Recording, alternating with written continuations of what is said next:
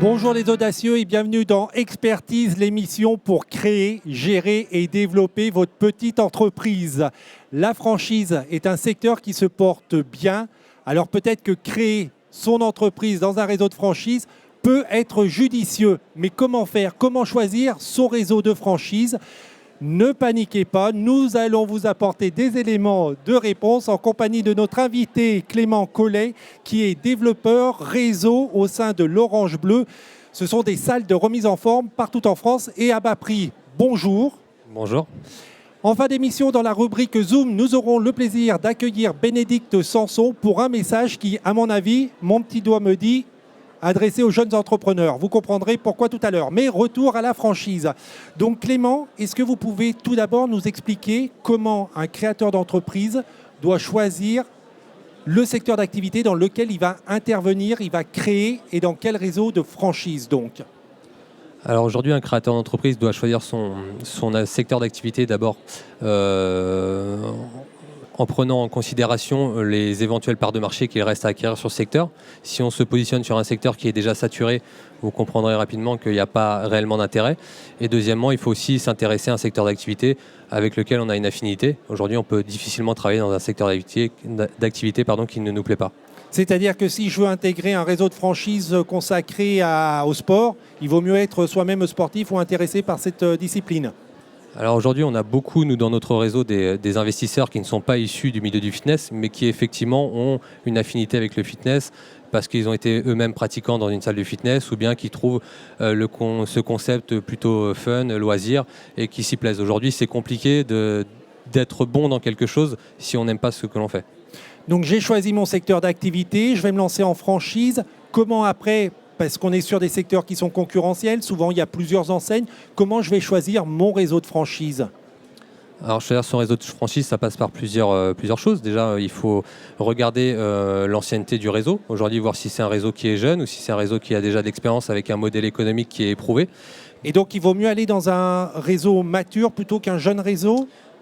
Pas forcément. Aujourd'hui, il peut y avoir de très bons jeunes réseaux. En revanche, lorsque vous attachez à un réseau de franchise, vous achetez à la fois une enseigne, mais vous achetez aussi un accompagnement. Et il est vrai que sur des réseaux de franchise qui sont plutôt jeunes, en général, le staff et la tête de réseau en elle-même n'est pas forcément aussi bien étoffé que si on est sur un réseau plus mature, qui aujourd'hui a de l'expérience et du personnel à votre écoute et là disposé pour vous aider. Donc première information à collecter, savoir si le réseau est mature, ancien ou si c'est un jeune réseau. Après, qu'est-ce que je dois regarder pour choisir mon enseigne? Deuxièmement, c'est voir le nombre de points de vente qu'a le réseau. Aujourd'hui, c'est quand même important lorsqu'on s'attache à un réseau de franchise, on s'attache aussi à la notoriété de la marque. Et aujourd'hui, plus le réseau va être important, plus forcément la notoriété de l'enseigne va être aussi elle-même importante. Donc c'est pour ça que c'est très important de constater le nombre de points de vente d'un réseau de franchise et de pouvoir choisir en conséquence. Est-ce qu'il y a d'autres facteurs à prendre en compte? Donc on a vu l'ancienneté du réseau, on a vu sa présence. Est-ce qu'il y a d'autres facteurs qui permettent d'évaluer le réseau de franchise dans lequel je vais créer mon activité? Oui, bien sûr, il y a aussi les investissements qu'on souhaite consacrer à une franchise. C'est-à-dire qu'aujourd'hui, dans un même secteur, vous allez avoir des investissements qui vont être variés, avec des apports personnels qui vont également être différents. Donc, en fonction de l'investissement que vous souhaitez consacrer à une affaire, vous allez vous orienter de façon naturelle vers une enseigne plutôt qu'une autre. Deuxièmement, il y a aussi le fait que l'accompagnement que va vous proposer le franchiseur, c'est aussi un facteur déterminant dans le choix de votre enseigne. Est-ce que vous avez une idée des tickets d'entrée? Ça va de combien à combien pour rejoindre un réseau de franchise?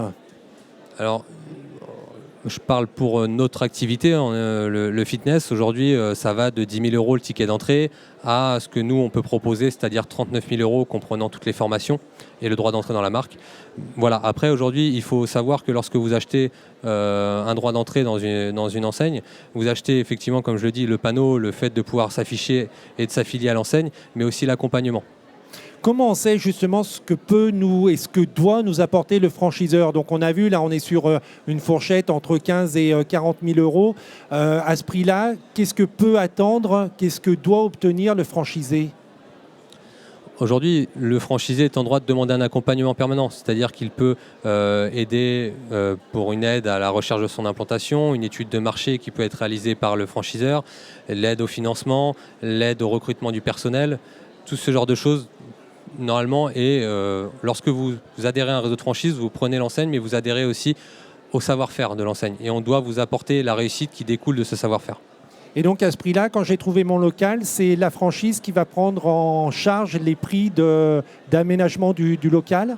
Alors non, on ne prend pas en charge les coûts d'aménagement, seulement on aiguille vers des prestataires qui sont référencés par la tête de réseau et les différents accords cadres qu'on a pu mettre en place, que ce soit au niveau bancaire, au niveau comptable ou bien au niveau des fournisseurs qu'on peut avoir au sein de la tête de réseau.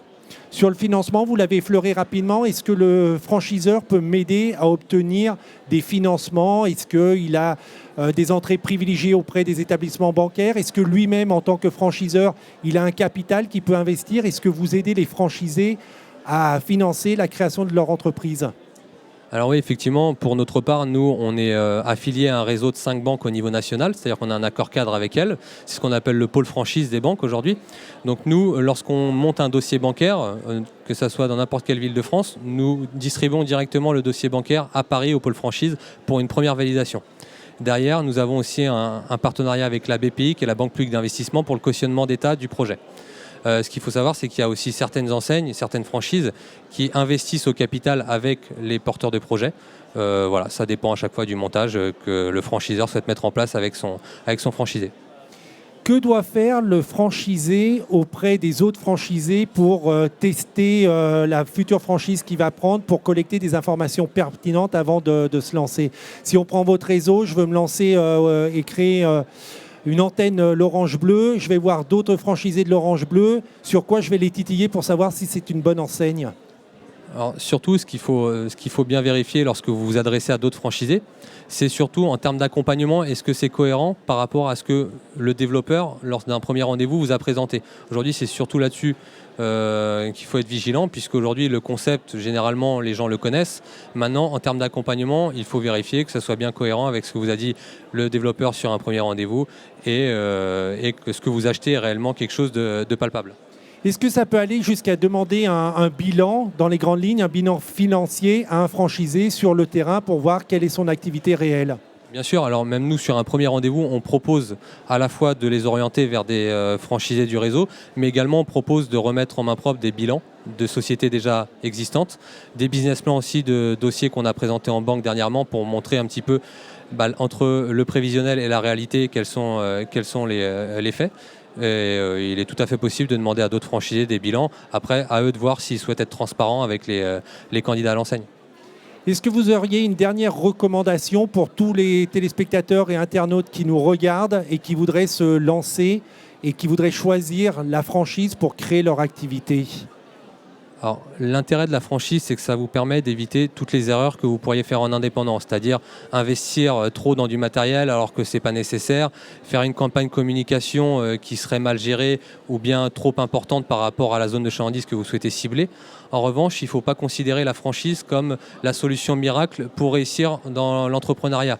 Aujourd'hui, la franchise va vous permettre d'éviter tous les soucis que vous pourriez avoir en indépendant, va vous aider à atteindre votre seuil de rentabilité de façon assez rapide. En revanche, tout ce qui va faire votre marge et faire que vous allez gagner plus ou moins d'argent en tant qu'entrepreneur, c'est les capacités du gérant à bien mener son entreprise. Et toute dernière question, en tant que franchiseur, qu'est-ce que vous attendez du candidat à la franchise ? Ceux qui viennent vous voir et qui veulent ouvrir une salle de remise en forme, qu'est-ce que vous attendez de ces candidats ? Alors nous, on ne cherche pas des professionnels du fitness, on cherche avant tout des managers et des chefs d'entreprise. On gère un centre de profit comme un autre, qu'on tienne une salle de sport ou un restaurant, l'idée c'est de faire du chiffre d'affaires. L'intérêt aujourd'hui de notre activité, c'est qu'on ne gère pas de stock, on ne gère pas de périssables, on a très peu de gestion de trésorerie et très peu de personnel. Maintenant, il faut avant tout avoir des compétences managériales et de gestion et surtout ne pas oublier qu'on est un commerce de proximité, donc il faut bien avoir en tête qu'on fait du commerce avant tout. Clément, merci beaucoup de nous avoir éclairé sur les bons moyens d'intégrer une bonne enseigne de franchise. C'est le moment de retrouver notre rubrique Zoom dans laquelle j'ai le plaisir d'accueillir Bénédicte Sanson, délégué général du MOVJ.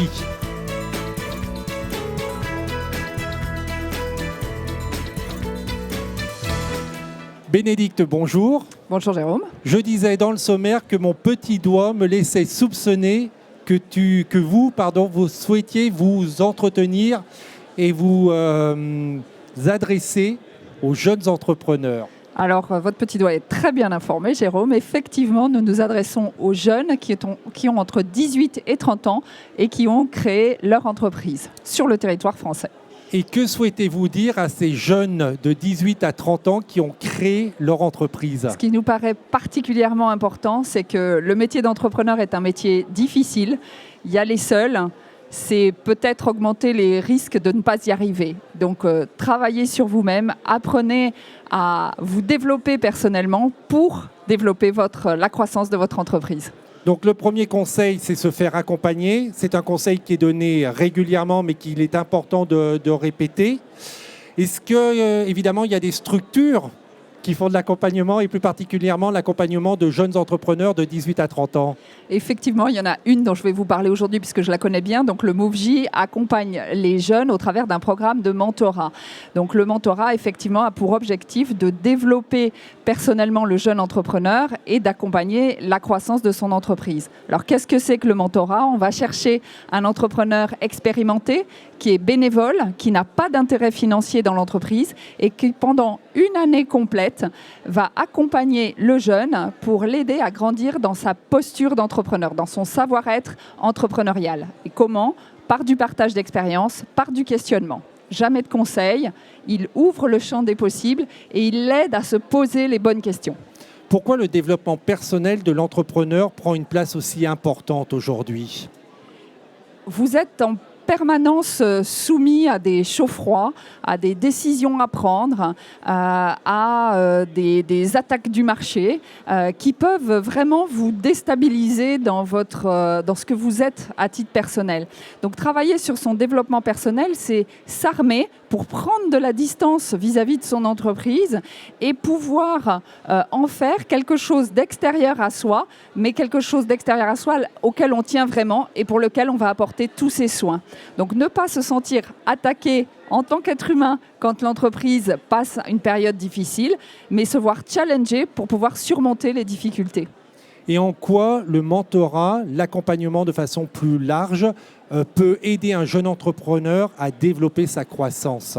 Alors, le mentorat, et particulièrement quand c'est un entrepreneur, c'est important parce que vous allez réfléchir avec quelqu'un qui a vécu ce que vous êtes en train de vivre. Et parce qu'il a vécu cela, il a un certain nombre de réflexes et il va pouvoir vous alerter et il va pouvoir vous aider à dépasser ces difficultés sans prendre un grand nombre de mauvaises décisions que prennent beaucoup d'entrepreneurs inexpérimentés. Donc le fait de partager entre pairs est quelque chose qui est particulièrement performant pour développer l'entreprise. On va plus vite. Alors on aime bien un vieil adage africain qui dit tout seul, on va plus vite, ensemble on va plus loin, et on est vraiment sur cette idée d'aller plus vite et plus loin. Est-ce que c'est difficile de faire partie de l'équipe, c'est-à-dire d'être un jeune entrepreneur pour aller plus loin et rejoindre le programme de mentorat du MoveJ?